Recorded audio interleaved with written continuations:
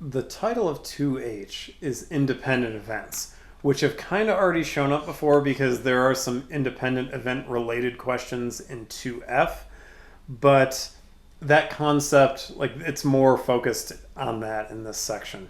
So even though there are already a few examples in 2F where you have to use independence, I threw a few more in here, but that's really only about half of this section. The other half uses this first part, the addition rule for probability. That's basically the first half. And I guess it goes along with independence in a way. Like there are ways you can combine the two into individual problems, and we'll see that. But this actually goes way back to 1G, where then when we were trying to figure out cardinalities, when we had the cardinality of a union, and this goes along with the Venn diagram, right? And so just to kind of go back to this real quick, because I think it actually does help here.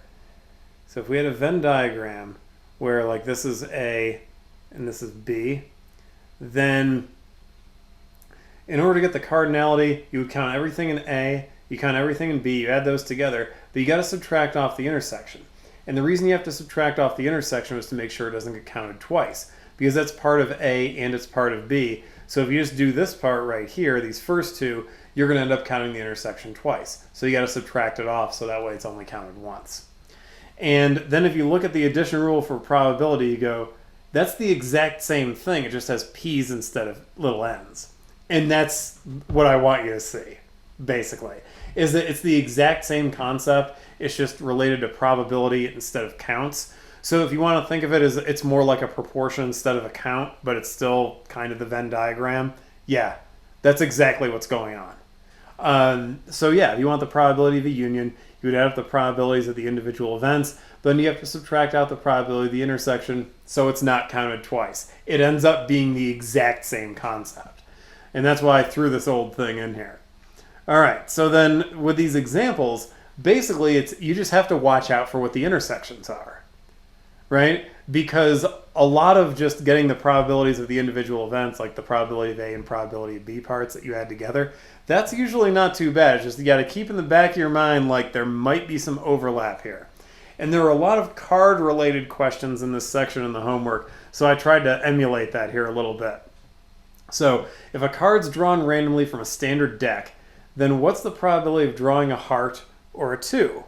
All right, well, for any individual suit, so like hearts or diamonds or whatever, they're 13, right? Okay, so let's say the number of hearts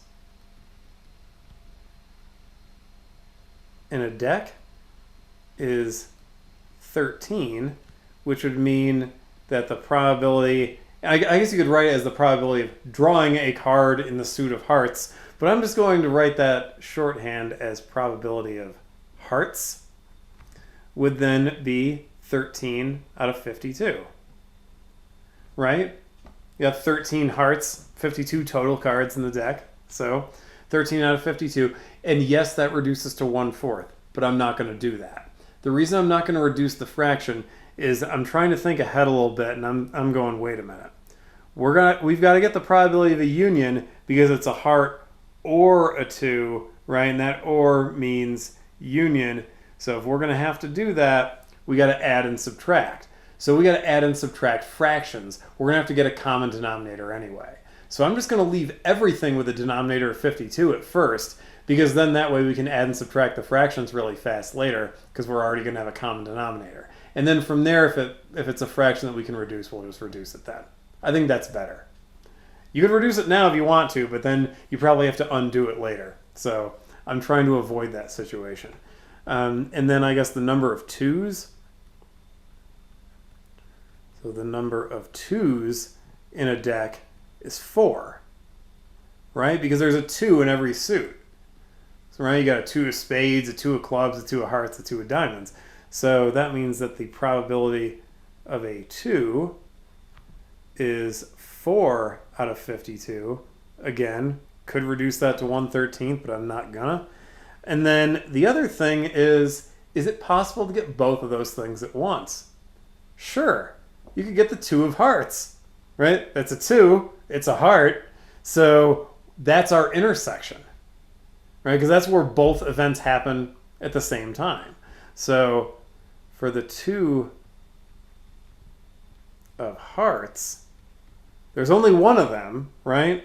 What that would be is a probability. That would be the probability of, I guess the order I did it was hearts then 2, but it feels weird to write it like that. So I'm going to say 2 and hearts. You could write it as hearts and 2, but I like the idea of 2 of hearts and then going to this phrasing that kind of looks like it. There's one of them, so that's 1 out of 52, right? Okay, so then what we want is the probability of hearts to be in that suit, or a 2. So this is the union, right? So this is the probability of A union B. And if you want to use symbols, you could say if event A is the probability of drawing a heart and event B is the probability of drawing a 2, then you could write it all in symbols if you wanted to. But I figured shorthand was probably going to be a little more descriptive here. There will be ones where I'll use the symbols because otherwise it's too long, but this isn't really one of those. So probability of hearts plus probability of 2 minus probability. I guess here I'll write it the other way as hearts and 2. So hearts and 2. And we already have all these probabilities here, right? So this is going to be 13 out of 52 plus 4 out of 52 minus 1 out of 52 for our intersection. And let's see, that's 17 minus 1 is 16. So this is 16 out of 52. That does reduce. The numerator and denominator are both divisible by 4. So as a lowest terms fraction, it's that. It's 4 over 13, which if you wanted to write it as a decimal would be 0.308. Because in this section, sometimes they ask for reduced fractions, sometimes they ask for a decimal, and they were asking for it to the nearest thousandth. And I'm like, okay, usually it's to 2 places, but now it's to 3. Okay, fine, we'll go to 3. So to 3, it's 0.308. All right. Then number 2, same thing. It's another card question. I guess maybe with bigger numbers, like with bigger numerators, but it's still a card question. So a card's going to be drawn randomly, and then what's the probability of drawing a red card or a face card? Okay, so a red card would be either a diamond or a heart, right? So that's half of the deck, right? 26 out of 52. If you think 13 cards in every suit, 13 times 2 is 26. So the number of red cards is 26, right? 2 times 13, because you got 2 red suits. So then the probability of red is going to be 26 out of 52. So notice I'm just kind of setting everything up the same way. Because again, we're trying to get a union, right? I mean, it's red or a face card. And then the number of face cards. And you think, well, there are 3 in every suit, right? King, queen, jack. 4 suits. 3 times 4, that's 12. So then, I guess I'll just write this as the probability of face. That would be 12 out of 52. Okay. And then, I guess the number of red and face cards. So here you got to do a little more of the intersection. It should be 6, right? Because what you end up with here is the king, queen, and jack of hearts and diamonds, right? Those are both red suits. So king, queen, and jack of hearts, king, queen, and jack of diamonds, 6.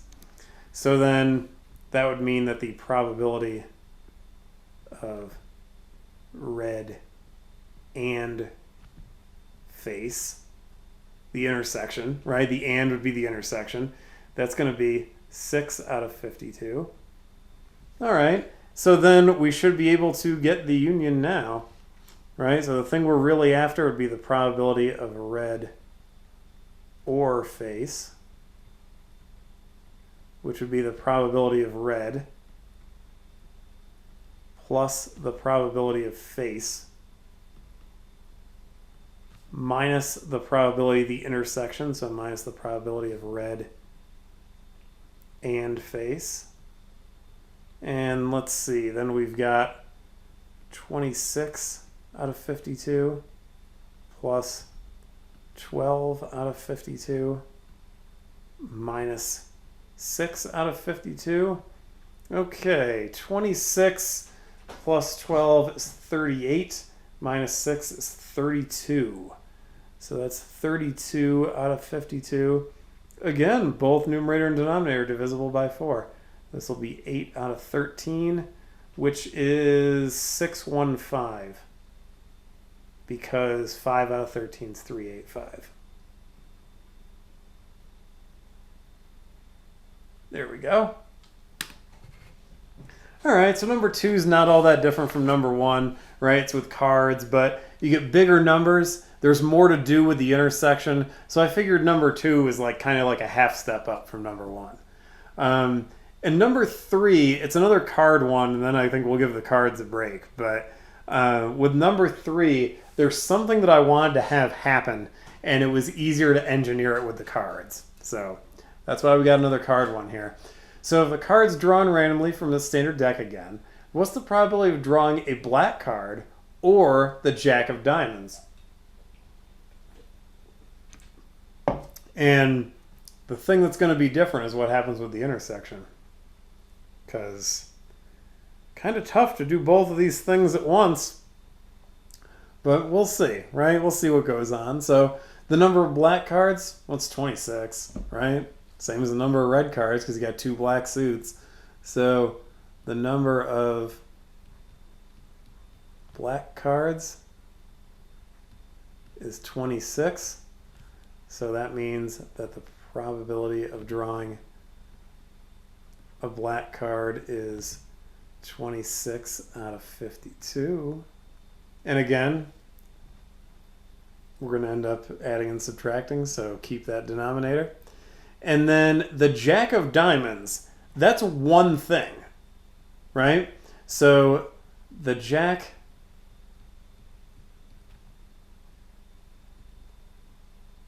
of Diamonds, that's a single card that's going to satisfy being a Jack and being a Diamond. So I guess if you wanted to write this as an and, you could, right? And say this is really the probability of being a Jack and being a Diamond. But there's one of these, right? So this is 1 out of 52. What about the intersection? All right. So the intersection, because you think, this looks a little tough, right? Because in order to have an intersection, you'd need a card that was both black and a diamond. You don't have them. So that means that there's no intersection, right? That means like these events are disjoint. So that means the intersection has nothing in it, so the probability of getting something in the intersection should be 0.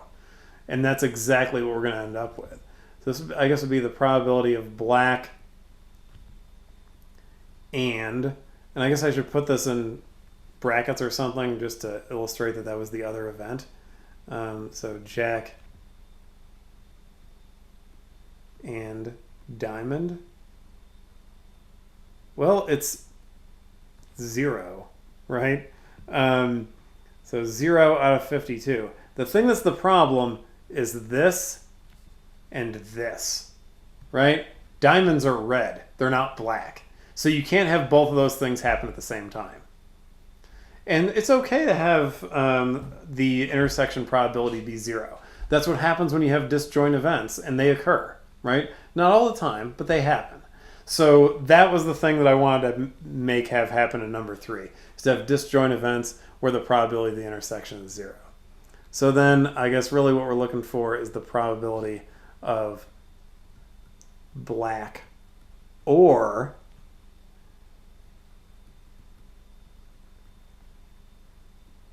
jack, and diamond. And so really this time we just have to add, right? Because we're going to get 26 out of 52 plus 1 out of 52 minus 0 out of 52. And that's going to be 27 out of 52. And I don't remember what that is. 0.519. Okay.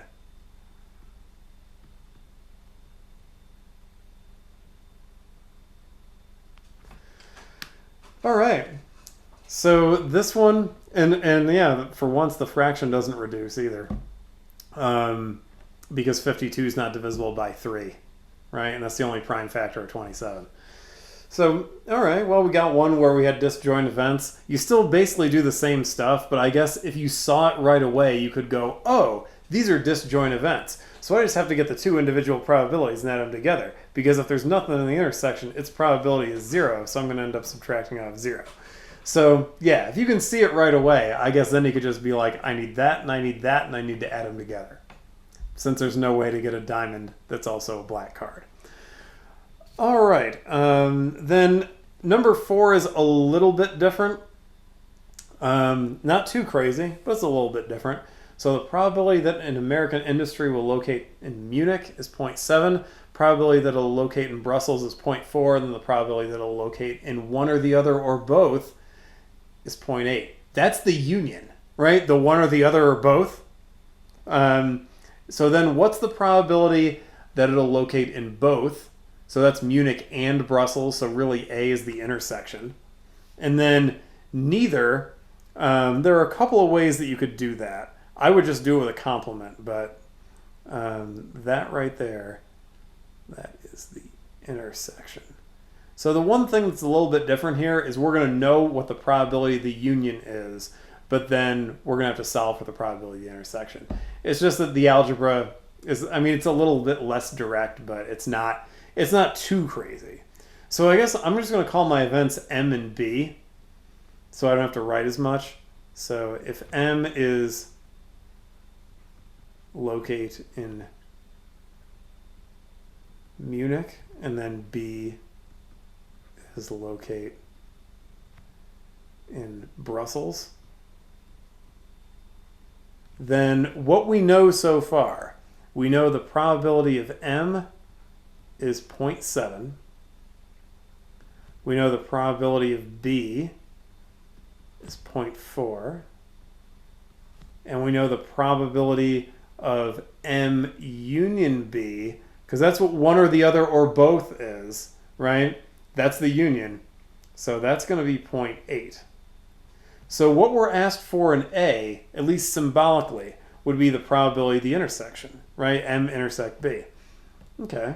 Well, what we can use to get A is we have the formula, right? The additive law probability, where the probability of the union would be the probability of M plus the probability of B minus the probability of the intersection.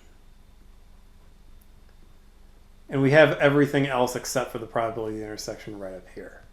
So I'm just going to sub in. This is 0.8. Then on the other side, we're going to have 0.7 plus 0.4 minus the thing that we're trying to get. All right, you could add those together and say, well, then that's going to be 1.1 minus the probability of M intersect B. And you can probably see it from here that it would have to be 0.3, right, in order to get this all to work out, this subtraction. But if you subtracted 1.1 from both sides, you would end up with negative 0.3 would be the negation of the probability of M intersect B. And so then if you multiplied both sides by -1, which I don't really have room to have that extra step in here, but if you did it, you would end up with the 0.3 is the probability of M intersect B. So that's a little bit different. I didn't see this situation come up where you were given the union and have to solve for the intersection when I ran through the different options for the homework problems, but I thought, you know, with this formula, it's really easy to make those problems, So it would make sense that it was in there somewhere, even if I ran through it a couple of times and didn't see it. So I thought I should get one in there just in case. And then B. So B is the probability of neither. I would do this one without symbols, because the way that I think about this is that the probability of neither would be equal to 1 minus the probability of at least one, which is the union, right? Because either that business locates in at least one of those cities or neither of them, right? One of those two things has to happen. And that's why you can use the complement here. And you could say, well, then this is going to be 1 minus 0.8, so it's 0.2. Yeah. And that's how I would do this one. If you want to do it in symbols, neither would be not in Munich and not in Brussels. So it would be the complement of Munich intersected with the complement of Brussels. And so you could do it like that. And then you could say, well, if we're going to do it that way, then this is... And this is going back to when like De Morgan's laws were showing up in Unit 1. You could do this as the probability of the complement of M union B, which is 1 minus the probability of M union B. And you end up in the exact same place. So this is why I would prefer to do this without symbols. Because, I mean, yeah, De Morgan's law, like that's going to work. But I don't really think in those terms naturally. I think, okay, if you want neither, that's none of them, right? That's 0 out of 2. The opposite of none of them would be in at least one, so one or both. And we already have that probability. So, like, I think about it just with the shorthand, but if it makes more sense to you using the notation, like using the symbols, then by all means, go for it that way, right? There's nothing wrong with doing it like that. All right, now we get to the actual independence part, which also does appear in 2F. And there are independence examples there, but I figured we could have a couple more here. No, there's no harm in doing that. So 2 events are going to be independent if the chance of one of them happening is not affected by whether the other one has happened or not, in both directions. Right, so the probability of A is not affected by whether or not B has happened. Probability of B is not affected by whether or not A has happened. And then this is the thing that you end up using the most right here. That the probability of A and B, which is the intersection, right? So that right there, that's the probability of A intersect B, if you want to write it all in symbols, would be equal to the probability of A times the probability of B. So if you see the word independent, then you know, we can use this, right? So like in this first example, a town has 2 fire engines operating independently. So, oh good, the fire engines are independent. That means we can use this formula up here. So the probability that a specific fire engine is available when needed is 0.96. Which I guess you could write this out with events if you wanted to. Like if A was that the first fire engine is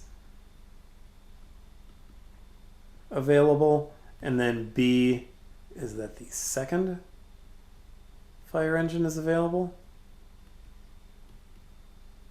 I think that works. So then the thing we're looking for in part A, both, that's A and B, right? So that's the intersection. So A and B, or probability of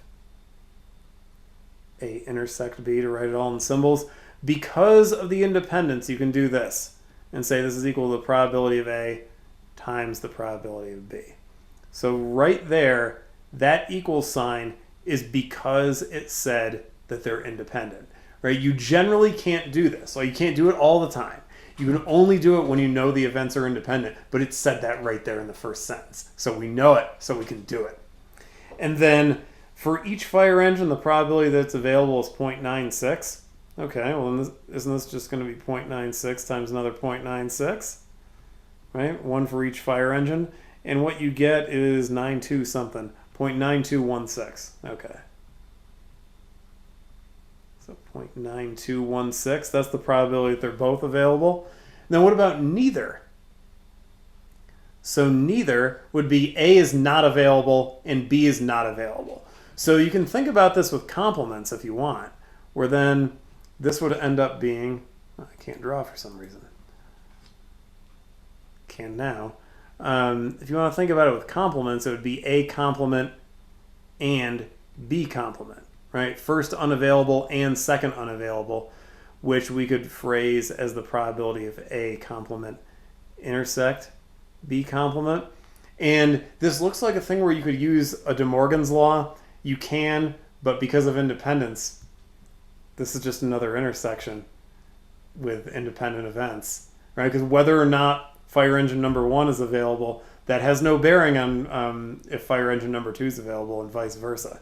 So you could use the independence again and say, well, then this will be the probability of A complement times the probability of B complement. So even though this involves complements instead of the original events, the that maneuver that we're using up here with the independence is still going to work, right? Because it's still whether or not A happens has no bearing on whether or not B happens. And now we're just using the not parts, right? The ambulances aren't available. But okay, then we can say, well, if the chance that an ambulance is available is 0.96, the chance that it's not available is 0.04.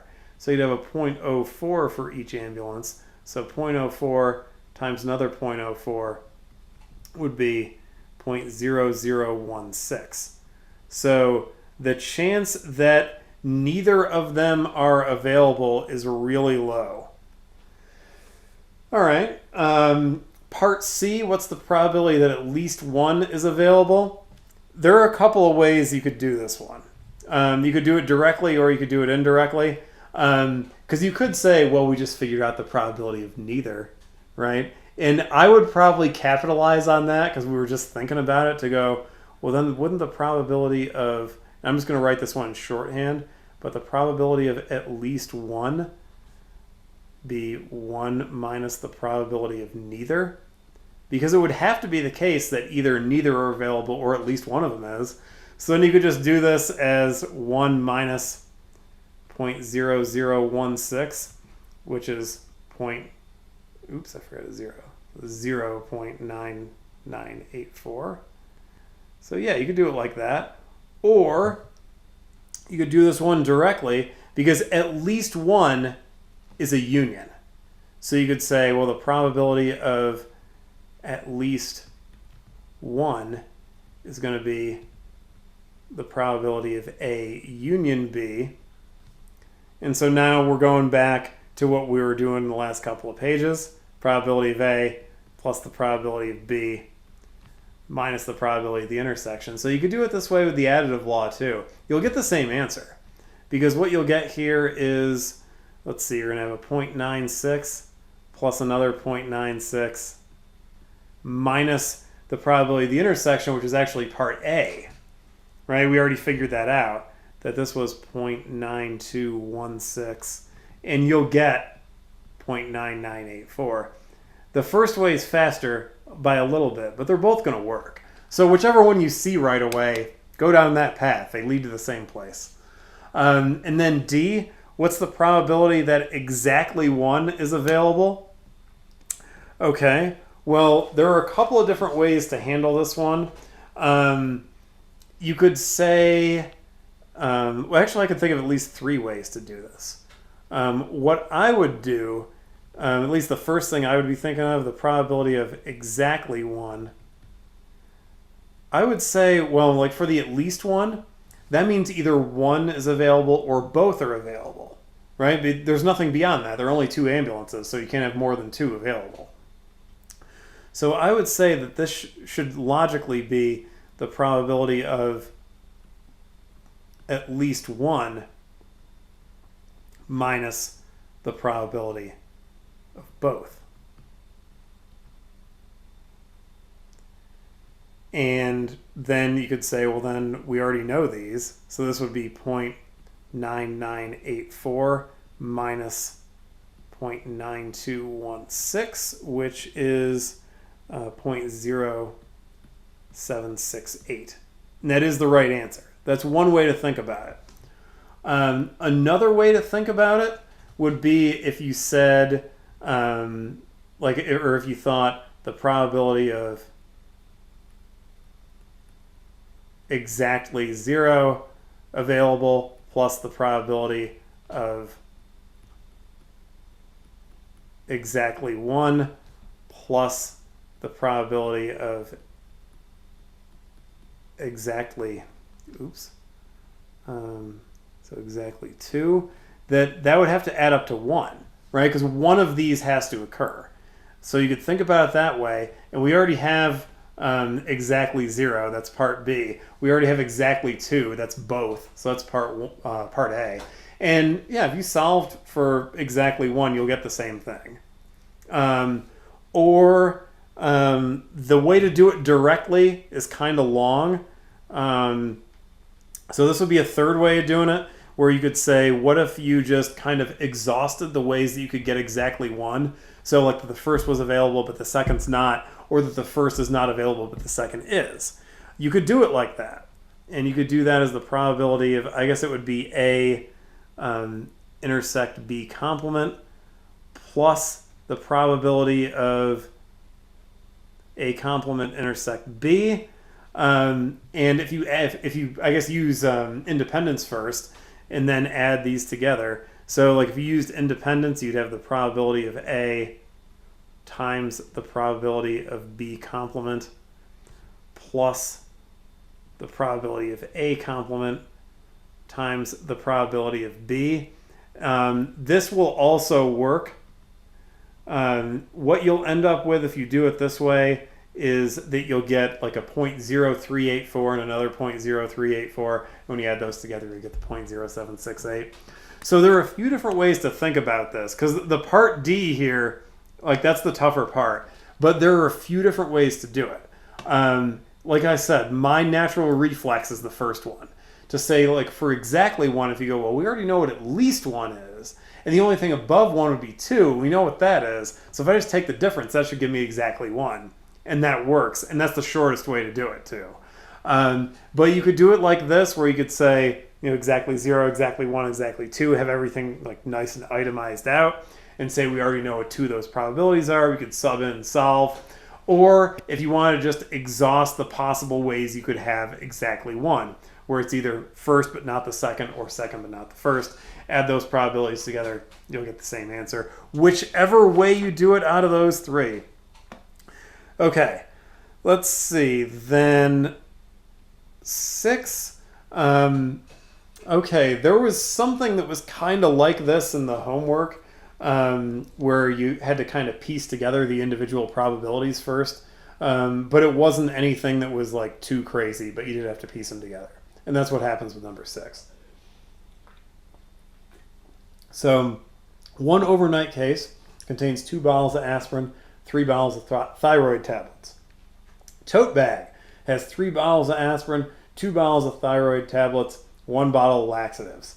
And if 1 bottle is taken at random from each piece of luggage, so those are going to be independent even though it doesn't say it. That's the other important thing about this question, right? That this part right here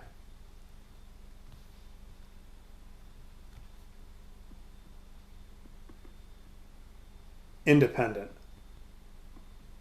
right? Even though that word isn't there, but you think like, well, if you're just grabbing a bottle out of the overnight case and then 1 out of the tote bag, like that those things don't affect each other, right?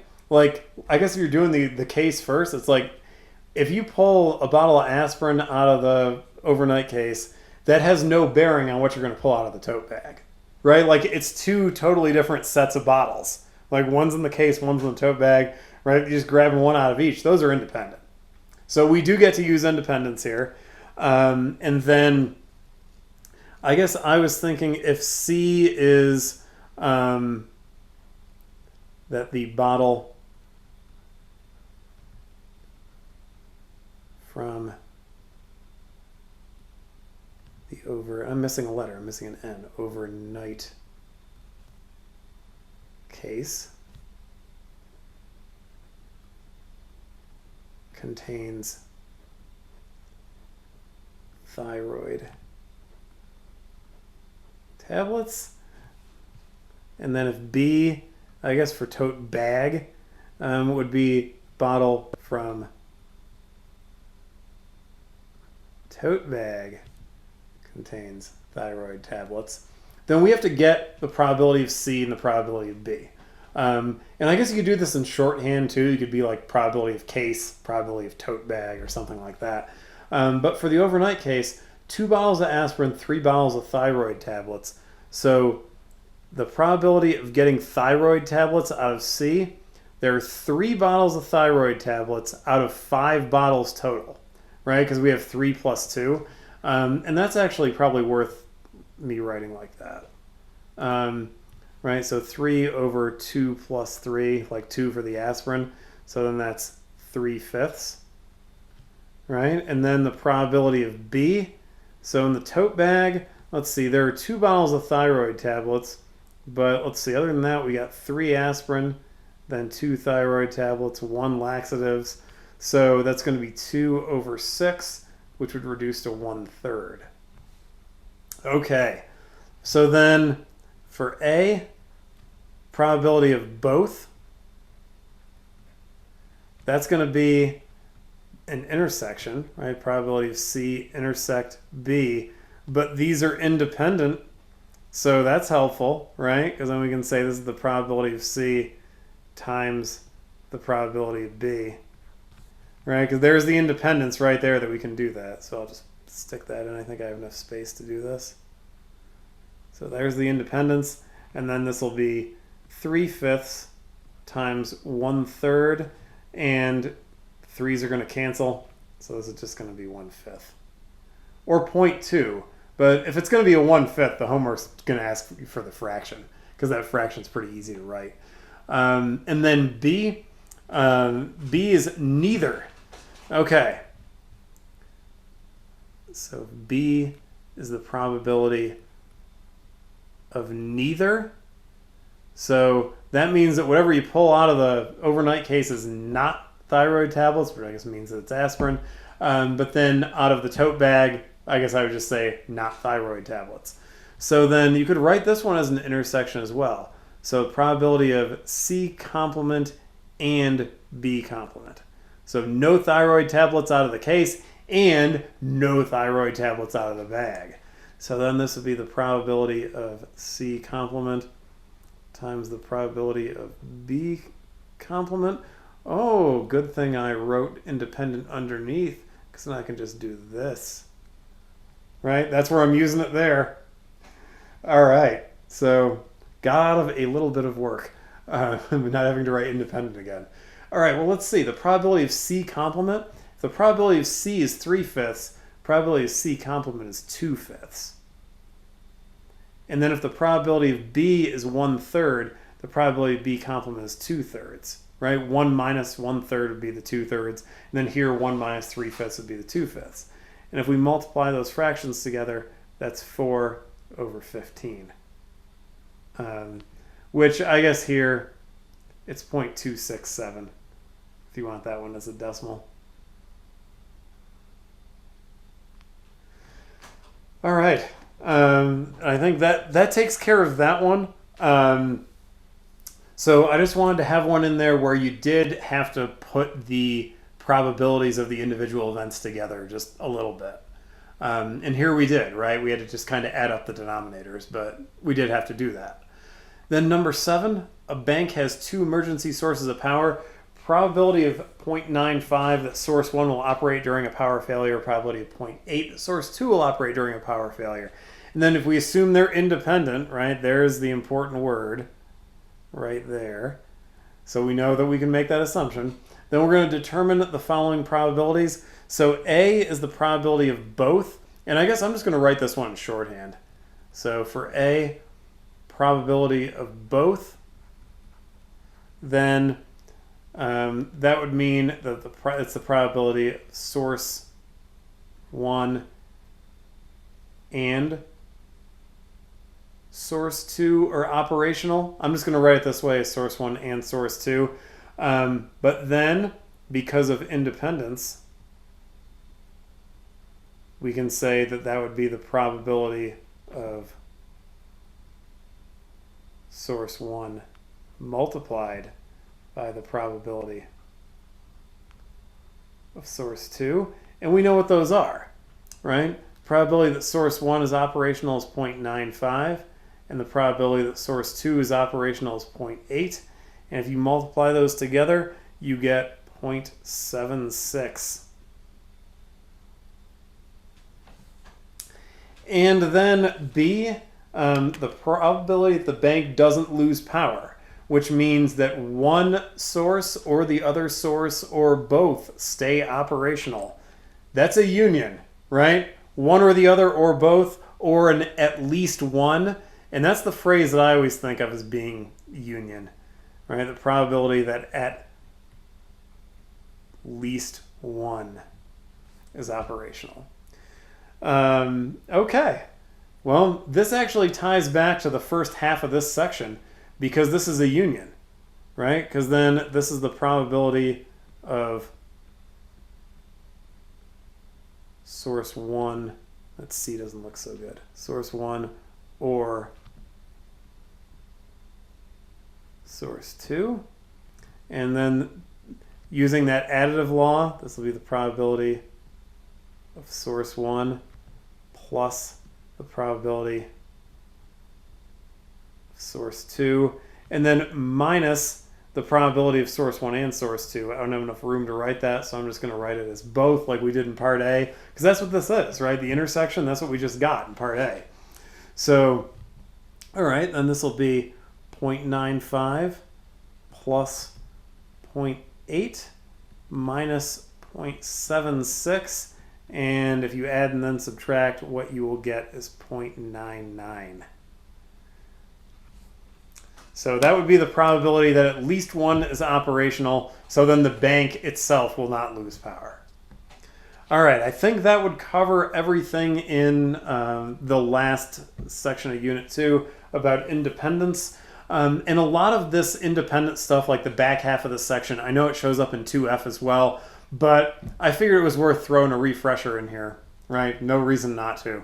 But that in that first part, like that's a new probability rule, but that also ties back to that thing from Unit 1 about cardinality with the Venn diagram and all that, and right, you don't want to count the overlap twice.